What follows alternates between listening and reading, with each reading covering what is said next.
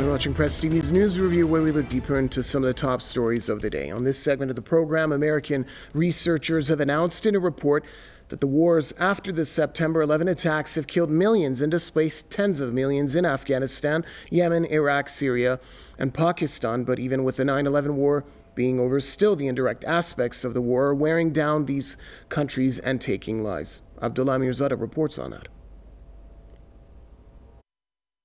A new report by the Institute of Watson Brown on their Costs of War project, which evaluates the results of the post-9/11 wars on affected countries, says the post-9/11 wars have caused more than 4.5 million people to lose their life in Afghanistan, Iraq, Syria, Yemen, and Pakistan.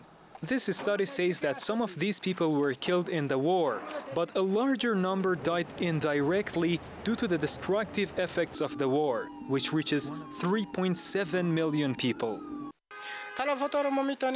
These mentioned casualties have different reasons. One is that the treatment centers have been destroyed due to war and medical aid seekers could not access treatment. Also, the widespread of diseases due to lack of health centers is countable.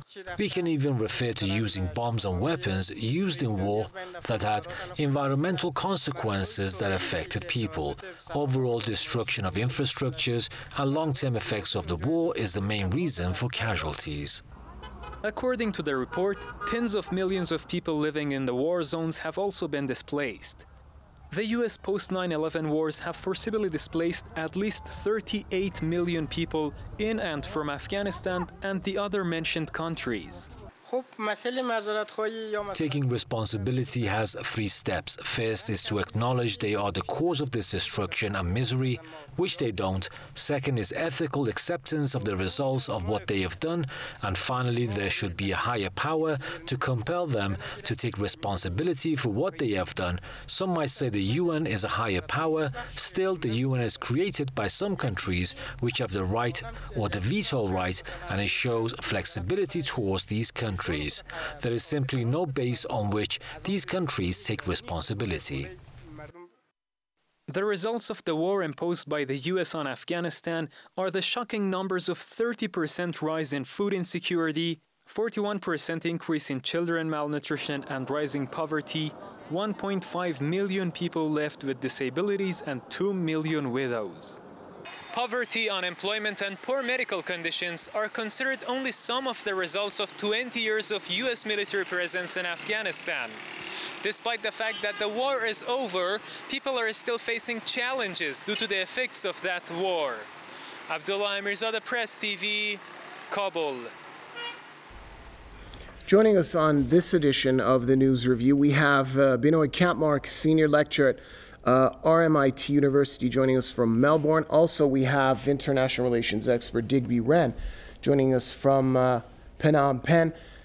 Gentlemen, welcome to the program. Let's start off with Mr. Kampmark. Let's go over the findings of this recent research, which is alluding to the aftermath of the post-9/11 wars. Why are countries like Yemen, Iraq, Syria, Pakistan, Afghanistan still reeling from the aftermath of the United States' intervention in the region?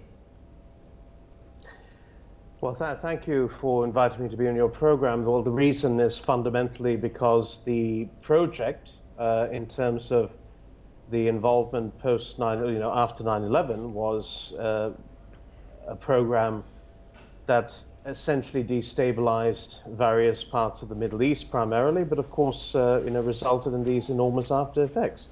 So when we think about the origins, and when we think about the fact that Afghanistan was, of course, invaded in the aftermath of 9/11, but then importantly, Iraq and its regime was displaced, and then subsequently it just keeps going on in the context of that. That created huge consequences, the fractious nature of Iraq, the removal of a regime that, for all its problems, kept stability in tow, and also the fundamental fact that the war on terrorism, broadly speaking, has essentially committed the United States to being involved, and it still is involved, as the Watson Institute report notes, in 85 countries in terms of counter-terrorist activities.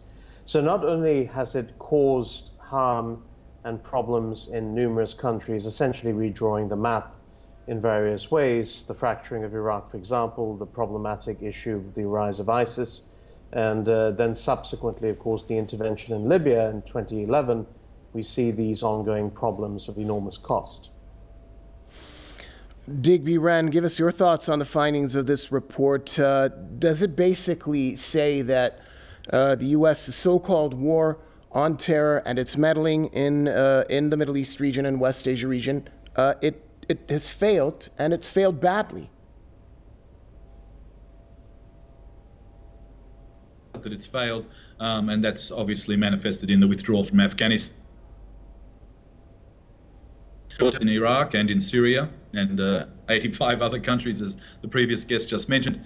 But of course, the thing that the Americans were trying to do, of course, was destabilize all of Central Asia, West Asia, and the Middle East, and that was, yes, that has been proved to be a failure. And now I think we can see very clearly that China has become the mediator of peace following the American withdrawal from Afghanistan. And the latest success they just had, of course, was being able to mediate Iran and Saudi Arabia, and that stabilizes West Asia, the Middle East, of course, also with Iran, and within the frameworks of the SCO, and then, of course, with the other frameworks with Russia, and the summit that's going on right now with Central Asia. All of the efforts, SCO, the Central Asia Summit in China right now, all of these efforts are to stabilize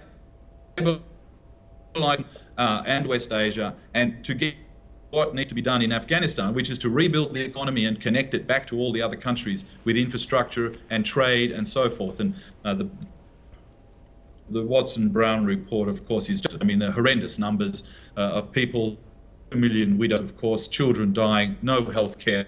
This, it's formidable problems, but obviously, and I think that's what all of Central Asia and Iran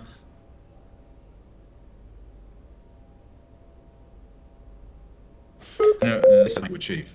Okay, we're experiencing some technical difficulties there. While my colleagues figure things out, let's cross over again to Mr. Campmark in Melbourne. An interesting point that Mr. Digby Wren just brought up is how the U.S.'s reputation has been tarnished. How badly has the U.S. lost credibility following what took place over the past 20 years in the Middle East and the West Asia region? It's very difficult to erase the fiasco that happened with the U.S.'s exit from Afghanistan. Yes, it's certainly true. The aftermath, the immediate aftermath of 9/11, actually, so with the shock of the event and so forth, generated a certain kind of solidarity with the United States. There was a certain kind of social and emotional capital that was invested in the fact that these things had happened. There was no better chance for the United States, in a way, to make amends and to actually do various things, engage in a more constructive way. But of course, as is the nature of these things, when a hegemon is bruised and wounded, then it'll react accordingly, and this is exactly what it did. So as a result, a lot of good fare was squandered. We shouldn't forget that there were all these debates that took place in the aftermath of 9/11, and certainly leading up to the Iraq invasion, led by the United States, that the goodwill should be invested in better ways. For example, the French were particularly keen on making sure that a Security Council resolution should be secured in the event of any military participation in Iraq. It never happened. The United States showed itself to be rather brutal, and unfortunately, that particular stain doesn't seem to have gone away. A lot of things have lingered. Ironically enough, under the Trump administration, for all the problems there, elements of withdrawal and trying to withdraw from various theaters of operation have taken place. It's a bit late, but at least it was happening and trying to happen, and we see the United States trying to calibrate its motions and what to do next. Unfortunately, I fear that the next engagement is going to be in the Indo-Pacific area. Mr. Rem, do you agree with that? Maybe the United States will next be engaging in the Indo-Pacific region? Well, it is already engaged in a large way in the Indo-Pacific, the so-called Indo-Pacific. It's a conceptualization. And look, one of the reasons that they have their influence in West Asia, Central Asia, and in the Middle East, or even in North Africa.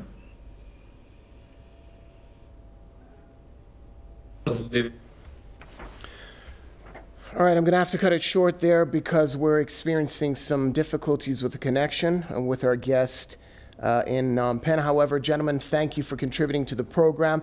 Binoy Kampmark, Senior Lecturer at RMIT University, joining us from Melbourne, and thanks to International Relations expert Digby Wren, joining us from Phnom Penh. And that's a wrap for this edition of the News Review. But stick around, there's plenty more to come here on Press TV.